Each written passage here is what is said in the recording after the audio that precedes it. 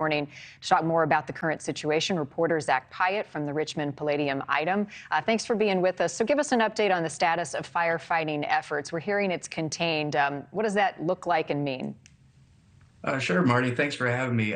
First and foremost, the first thing you notice is the smoke up in the air. And day one on Tuesday, it was dark, black, dark gray. You could see it from multiple counties over in the surrounding counties. And then just 24 hours later, you look up in the sky, and it takes a little bit more than just peeking outside your window to be able to tell that there was a big fire just 24 hours prior. So the Richmond Fire Department, along with plenty of help from surrounding departments from other counties, as well as within Wayne County, have done a great job containing that.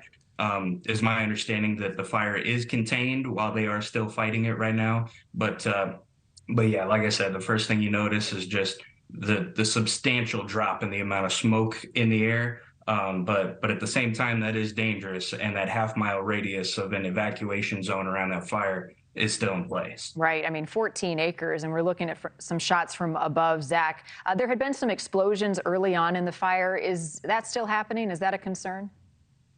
No, from my understanding, Chief Brown did tell me early on there were plenty of explosions, and it was just a complete hazard to any public, and that's why they set up those boundaries around the incident. But so far, I'd say in the past, maybe not quite 24 hours, the main issue as far as public getting anywhere close has been just with the smoke. You want to stay away because of those toxins and compounds in the air, and so that's why they're wanting to keep people away. But as far as explosions go, I'd say the worst is definitely behind us. All right, I'll talk about the air quality in a moment, but I want to get your response. The mayor and others are pointing the finger at the owner of this property, the previous owner, calling him negligent. I want to play a portion of what the mayor had to say this morning. Everything that's ensued here, the fire, the damages, the risk that our first responders have taken, and the risk these citizens are under are the responsibility of that negligent business owner. So, Zach, what more do we know about this property, the history, and more specifically, the owner right now? Well, we know that 4 years ago, the city cited that business owner for just being an unsafe building by Richmond's Unsafe Building Commission. They cited him for various things like lacking proper sprinkler systems, having fire hazards as far as blockages to where the fire department could get through if there was ever something like this to happen, which did wind up being a problem for the fire department.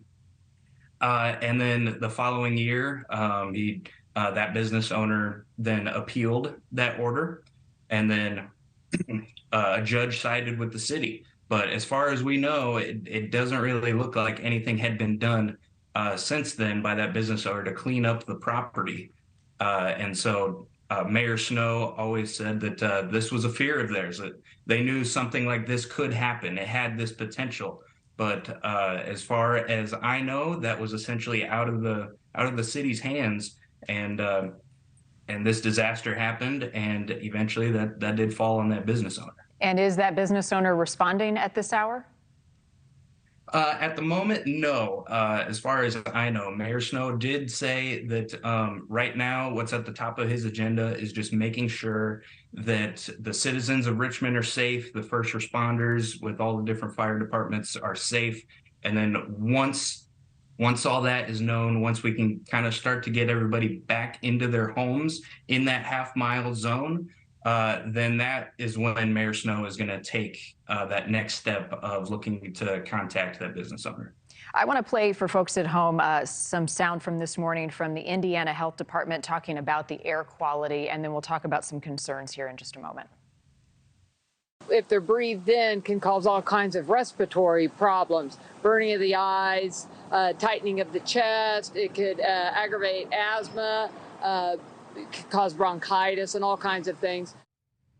You're there, Zach. What is it like when the wind shifts? What have you noticed? Any concerns from you, and what are you hearing from people?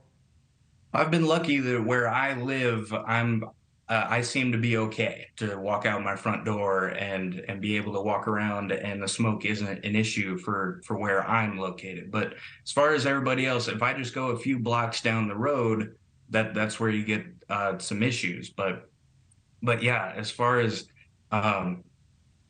Director Stinson, who just spoke there, she recommended, wear those N95 masks. That'll help filter out some of those compounds in the air and stop it from getting to you and potentially giving you some of those harmful side effects that she mentioned. But the biggest thing right now is the biggest way to protect yourself is to just stay inside. Keep those doors and windows shut. Keep everyone inside.